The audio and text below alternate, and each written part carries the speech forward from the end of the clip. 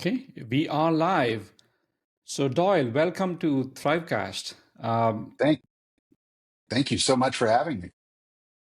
I met Doyle, maybe a couple of weeks back, I believe, and we've had conversations. These days, I'm meeting a lot of people on LinkedIn, and Doyle's one of the people that I met. He owns and manages a company called as Comprise. And for all of our listeners, it's a premier media relations company. He's at an interesting location, Denver, Rocky Mountains, and I did not imagine building a media relations company from that particular place, but he surprised me. What I found interesting, Doyle, about you is that you have an a la carte set of services, pretty much like a full scale set of services, all the way from media relations to investor relations to being a PR company enabling content strategies and SEO optimizations. It's very rare for me to find someone who's been there, done that, and helping so many clients in that particular space. So Doyle, again, welcome. Could you maybe introduce yourself? I probably butchered a lot of that introduction. Maybe if you can, say from your own from your own terms. No, you did great. And I probably wouldn't have been that nice to myself. So I appreciate that. Yeah, Doyle Albee. I am CEO of Comprise. We have been in business about 33 years. And to answer your question, why do we do all these different things? And it really comes back to the name of the episode, right? PR does not mean press release. It did at one time, back, and I won't date myself and tell you the years, but you used to learn how to write a press release in such a way that it can be edited on the paper and it can be handed off to the copy boy at the newspaper. So it literally was kind of the stock and trade. And it's still an important tool.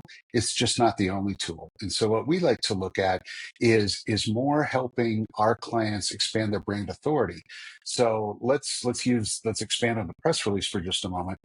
If I send out the best press release ever and they go to my website and my website is awful or it doesn't say the same thing, it doesn't even look like the same company, I just wasted that press release. So we like to think of communications as a chain, and every link in the chain is important. And so do we do every single service for every single client? We don't. We do for some and we can for all. But what I think is important about that is, let's say that as a company, you've already got a relationship with an SEO company and you're very happy they're doing great work for you. We won't come in as the PR firm and do something that's going to mess up your SEO strategy, because we understand that. So we can talk to the other team members, whether they're internal, whether they're other agency partners, and make sure that everything is working together as much as possible. And that really just extends your communication investment, just all the way out. And that's really why we rebranded our company in 2022, because we used to have PR right in our name. And I knew it Mm-hmm. was a problem when one of my longtime clients called me and said, "We love working with you guys. Who would you recommend to build your website?" And I said, "That would be us. We do it." And we did. We built their website, but they said, "Oh, we didn't know you did that."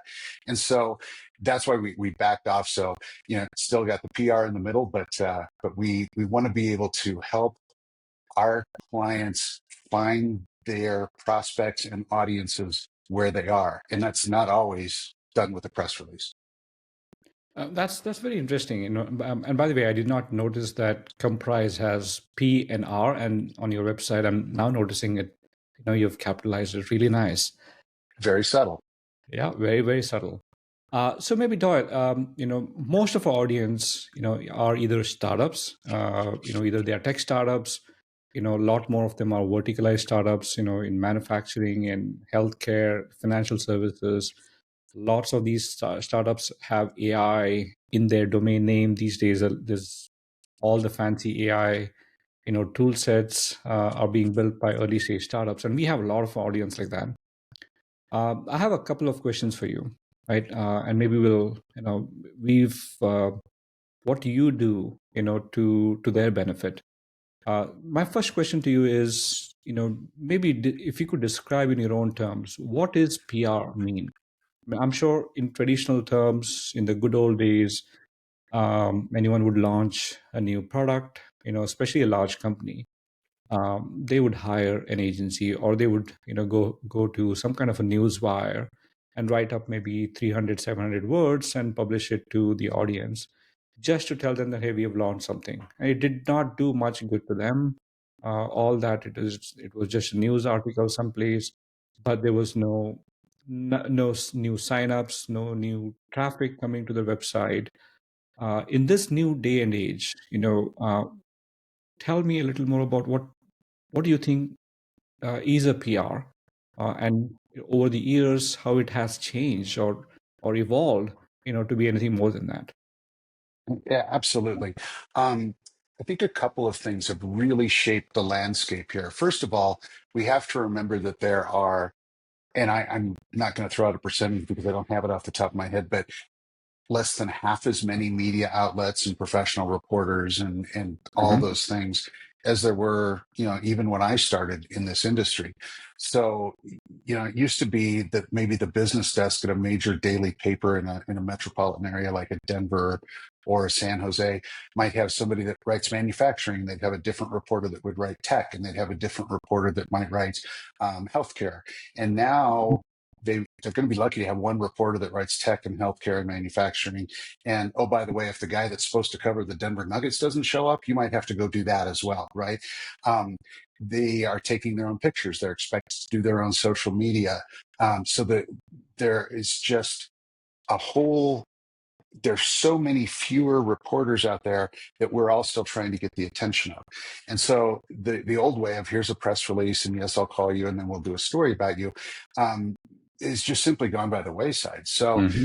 the way we try to approach it and what the way we think even a startup can do well is how do you establish yourself as a brand authority? And I often like to say, take a step back and think, when's the last time you saw a profile of a company simply because they launched? And yes, there are outlets that specialize in that absolutely, and you should absolutely reach out to the tech crunchers and those kind of folks. But think about the San Jose Merc or the Denver Post or even the New York Times. Unless you have some huge hook to a story, like your founder happens to be the son of Steve Jobs or Yeah. something like that, you're probably not going to get that kind of a story. However, what reporters need, and this comes back to what I was talking about, if I have to write manufacturing and tech and healthcare and I need experts. I don't have a Rolodex of all these manufacturing experts because this might be the first story I ever write on manufacturing, the first story I write on this kind of manufacturing. And so if you can establish yourself as somebody in the industry that's got a point of view that I'm not trying to sell my company, I'm just trying to tell you what's important about the industry. That can actually work really, really well for you. We are, as an agency, part of several services. So I get emails throughout the day of reporters saying, I need an expert on X or I need an expert on Y. So they're looking for expertise as opposed to, and so I think it's a matter of shifting your mindset to say, I don't need a huge 1,000-word article on my company. It's even better if I'm quoted in the middle of an article that's talking about a current trend, and I can Hmm. say some really compelling things about that and begin to establish my authority within the industry. So what you're saying is that the PR is becoming narrower and not narrower to the very specific use case. And if I go by what you said last, is most companies are okay to be quoted, in the middle of a page rather than the owning the entire page themselves. Right? Hey, General Electric announced a big, engine. Instead of that, I think most people are now these days are happy that GE is building something of that sort, and hey, we are actually being able to go and make specific part or specific this thing that has probably more. That's where it is evolving to. It's not just a big press release; it is the very specific use case, very specific case study that is coming out. Am I understanding that right? You're absolutely right. And think about it this way too. When we use GE as an example, there's a company that everyone knows, right? And it's so, oh, what's GE doing? I'm interested in that. But most of your audience, as I understand it, are startups Yeah. or just coming out of that phase. So if I see a headline that says company A, launches product B, and I don't know who company A is, what product B does, I'm likely to maybe skip over that article and Yeah. move along.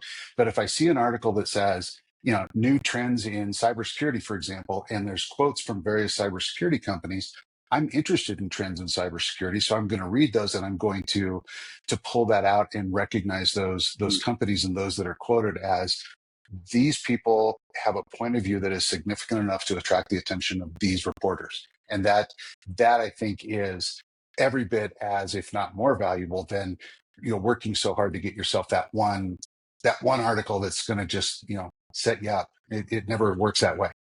Yeah. So, okay, if I get this right, in the good old days, and I'm guilty of it as well. I ran a PR team as part of the marketing in my previous company after we got acquired. And much of that was anytime we did a new launch, we would get the PR team to write a little about the product, and it used to go federated to a whole bunch of syndicated journalists across the space in the cloud. People who are writing about cloud, people who are writing about cybersecurity, cloud security, and they would pick nuggets from these, and these were given to them, like, hey, and then you can add it to set of things. um, I found that to be very you know uh, painstakingly difficult job to do, because now you're blasting it to so like hundreds and thousands of journalists, and one or two might pick it up, and somebody has to go follow up with them, hey, we've launched this something cool, please write about us and all of that.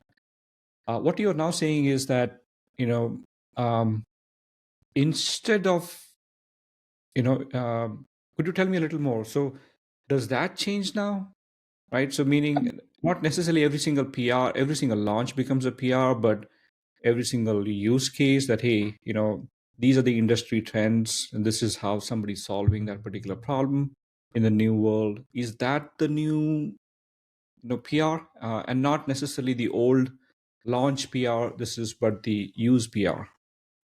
I think they both have a case. The unfortunate thing is, what's the old saying that when the only tool you have is a hammer, the whole world becomes a nail? And I Yeah, think too many people approach public relations that way and think public relations is when I issue a press release. That is certainly appropriate for certain things, a new product launch, your yeah. company launch, it's appropriate. It's just not the only tool in the toolbox, and it's really important to remember that. So, I'll give you a really good example.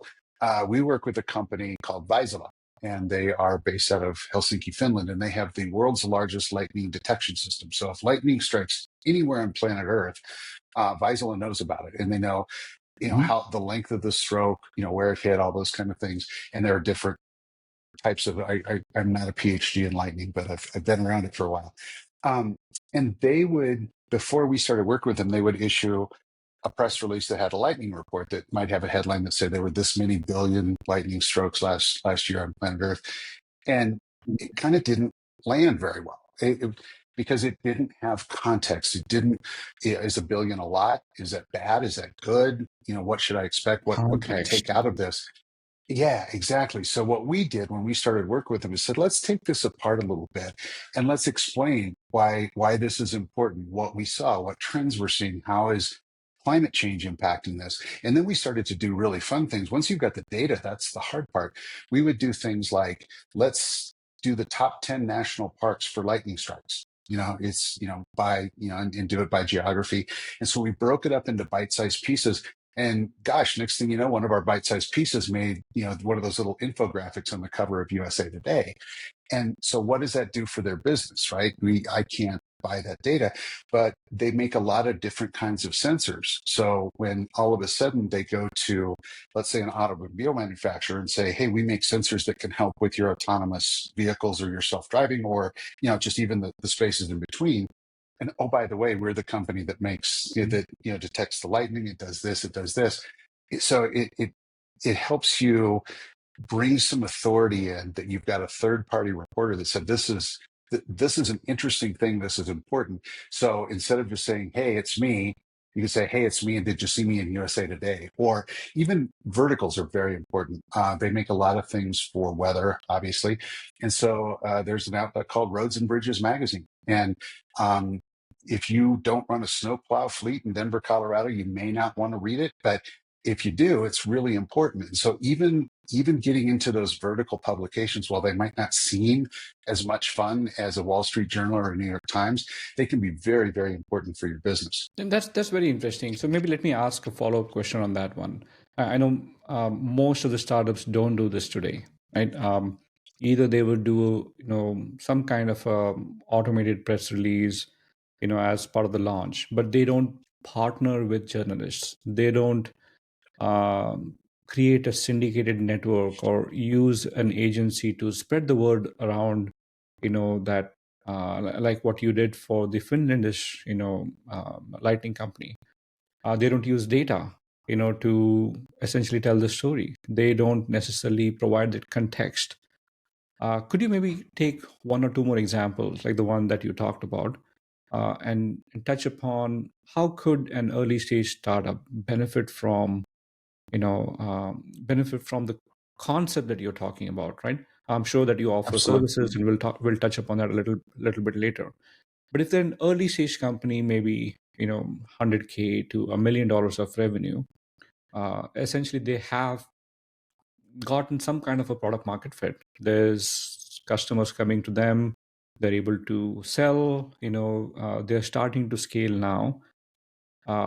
What would you propose to them to consider in their journey?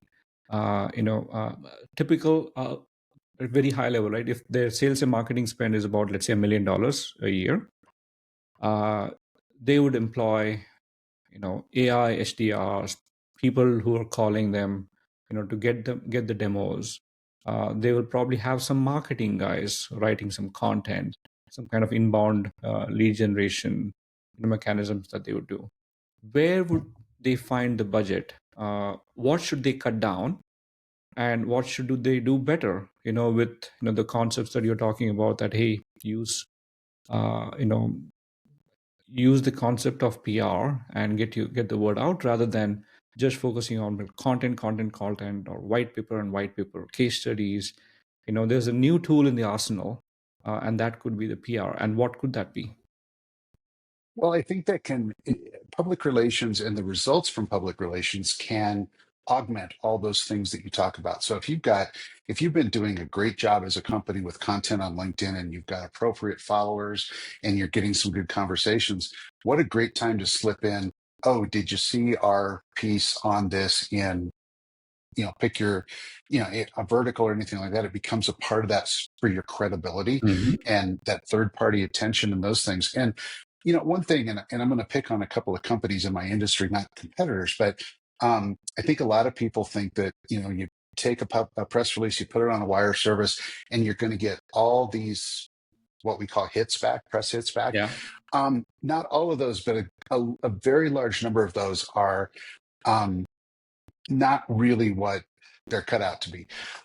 We've done a lot of work with these here, and we share those with our client. If anybody in your audience that's ever done a press release with one of the big news wires has seen, like, how do I get on this little TV station in Fort Worth, Texas? And you get all these little hits.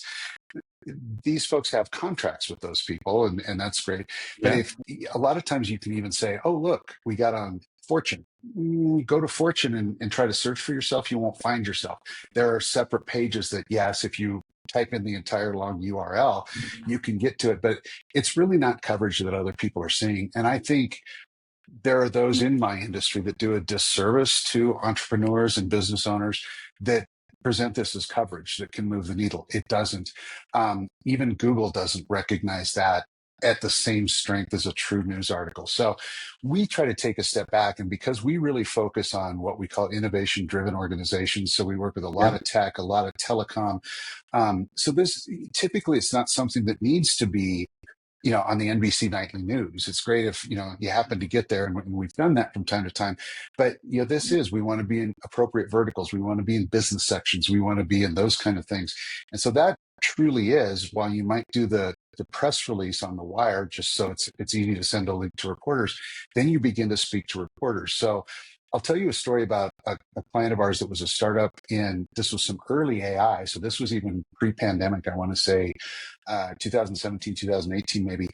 And it was a company that we worked with called Valiant AI. And they created from scratch, not using any of a Siri or an Alexa kind of thing. Hope nothing goes off in my office here. But they built from the ground up an AI that had one job and one job only. Holly took orders at the drive-through, and so they trained her for months and months on, the different diet. People come in with an accent or what have you, Mhm. but her accuracy was so good because if you think about the mainstream, when I say something to mine, and I don't want to say it and have three devices light up here, but she doesn't know if I'm going to ask her for a joke or a weather report or my calendar for the day. So there's all these things. This was, she had so Much more many fewer knowledgeable. words and vocabulary, right? So she Yeah. could be so accurate. And so then what we did is slice and dice that story and took it apart. So for a vertical like quick serve restaurant, QSR, they love just the technology. This is a cool thing that our readers may want to implement. Yeah. But when we got them in the Washington Post, it was to talk about the labor shortage, because one of the things we wanted to make sure that we combated, if you will, is, oh, this is just a sneaky way to not have to pay more than minimum wage to these people. And the real fact is, how many times have any of us walked into a quick serve restaurant and there's 7 cash registers and 3 people? Yeah. It's because they can't get the help that they need. And so the lines are longer. And so this can help alleviate that and also free up humans to do things like, for example, if there's a line out the door and there's 3 people there and an elderly customer could use some help carrying her tray to the table, there's nobody available to do that. And now technology can allow us to have the Mm. humans do what only humans can do. So again, by taking that story and instead of just saying, hey, everybody should understand what it is that we've got here in a 400 or 500 word press release. You take the pieces that interest the business reporter, you take the pieces that interest the vertical reporters, and you develop that story that direction. So what you're saying is context matters. It's never a one size fits all. I mean, that used to be the PR, right? It's one single press release, and you read it, you understand it. It's good for you. If you don't understand it, here's anyways. We have spent, $1,000 towards it. But what now you're saying is that because the audience matters and the audience have a very specific context, and there are news agencies, could be Business Wire, could be Outlook, could be Time magazine, or whatever that might be. Every single outlet has its own audience and has its own context. So you'll have to tune your PR, you tune your messaging to that particular audience, and that's probably where this will become more relevant. And I think that's where the growth will happen, right? If it's a one size Yes. fits all, you know, growth will stall because nobody will understand it outside few people that you're in your circle that you're able to influence. But you're able to message that to the right audience, position it appropriately, through these networks. I think that's what you're referring to. Would that make sense? That, that, Could you give maybe another example where you've seen this manifest a lot more? Um, it, I can see like OpenAI doing something of that sort, or somebody else. But maybe if you could some examples that could be relevant for me to understand, maybe our audience to understand this as well. yeah, it's let me do this. I'm going to grab a visual aid here really quickly. I didn't go too far. I'm back. Okay. So we talked about our friends at Visalo, right? So they make many things. This thing that I'm holding is called a drop zone. And Mm-hmm. this is what the folks, the hurricane hunters at NOAA, when they fly over hurricanes, they drop Mm-hmm. this into the storm and it falls to its death throughout the storm. But it's full of all sorts of sensors and whatnot that Mm-hmm. report back and they tell wind speed and they do all sorts of things. So what's important about these, and by the way, the real ones don't say Visalo on them. They don't worry about labeling them. The hurricane doesn't care. Um, Yeah. but so why is this important? It can increase tracking accuracy for a hurricane up to 20%. So, Mm-hmm. think about that. If a hurricane's 500 miles across, that's a 100-mile difference of who's going to get a direct hit and who's maybe going to get a lot of rain, right? So it's a very important thing. So, and again, it's the goal here was not to sell more drop zones. NOAA needs what they need. Um, the goal was to establish this company, again, back to that authority. We're experts. We understand sensors. And so early in a hurricane season, we took about 20 of these, which is why I have one hanging in my office here.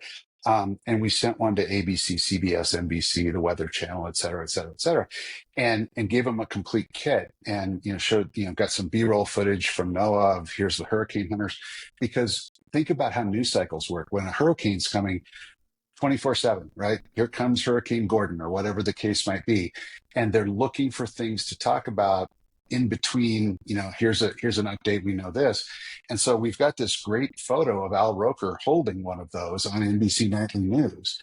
And so again, are we going to sell more drop zones? We absolutely are not. But when a salesperson calls on, again, use the example of an auto manufacturer, or let's say I need to go to a clean room manufacturer. Visol also makes parts and sensors for those. We're the guys that track the hurricanes or help track the hurricanes. Yeah, That's a credibility boost that can't come from a exactly. simple email. It comes from that third party. Interesting. You talked about credibility. I think PR can increase the external credibility of somebody else talking about your product rather than you really talking about it. I think that's what you're trying to get to. That if you You're if you say that, hey, I do one, two, three, four things, I give you the best return of investments, and we solve the world hunger and all of that, that may not have enough oomph in that particular message. But if the hungry people are telling you that, hey, we have you know we've used their service and it has solved our hunger, or let's say another agency would have, I think the external parties, and I think the PR can be used to essentially get their buy-in, the external parties buy-in, which you can actually use it, to get more audiences as well. This is beautiful. yeah, Yeah, we think that's really important. One of the things we say a lot is advertising is saying I'm great, and public relations is getting other people to say Yeah. I'm great, right? Or your company's great. But you're absolutely right. We don't think that the job is done when the article comes out, or the television news broadcasts the story, whatever the case might be. We think that's the middle of the project. Now the next step is, how do we get that to more of our prospects, more of our customers, more? How do we turn that into a sales tool? How do we repurpose that? My favorite example is I love the Wall Street Journal, and I try to read it every day. But yesterday I had a very, very early meeting with some folks overseas. I didn't read the journal. And you know what I didn't do today is go back and read yesterday's journal. So if there was an article for me that I missed, it's probably going to stay missed for some time. But if the company that it was about that and it was a perfect thing for me to buy, it would be interesting for my business, sends it to me, or I see it on LinkedIn, or I see it repurposed, boy, that's great. I understand what the journal is. That's a perfect article for me. I'm sorry I missed it, and we can go on. And I think too many folks just kind of get the hit and then move on.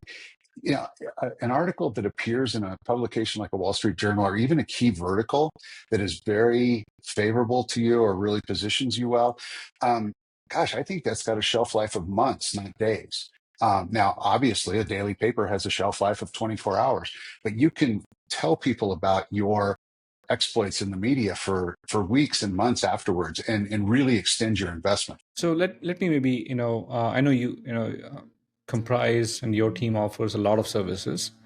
Could you maybe give an outline of the set of services? And you sent me a beautiful list of things, all the way from the amber, to the fire, to maybe just outline, for our audience, what does Comprise offer, and of course to all the listeners, we'll actually post this both on LinkedIn as well as on our blog post, so that way you'll be able to go actually either purchase Doyle's services, or you can actually go contact him as well. So maybe Doyle, if you could Absolutely. explain a little bit about the services that you offer, and why they're needed, for the Sure. Comprise.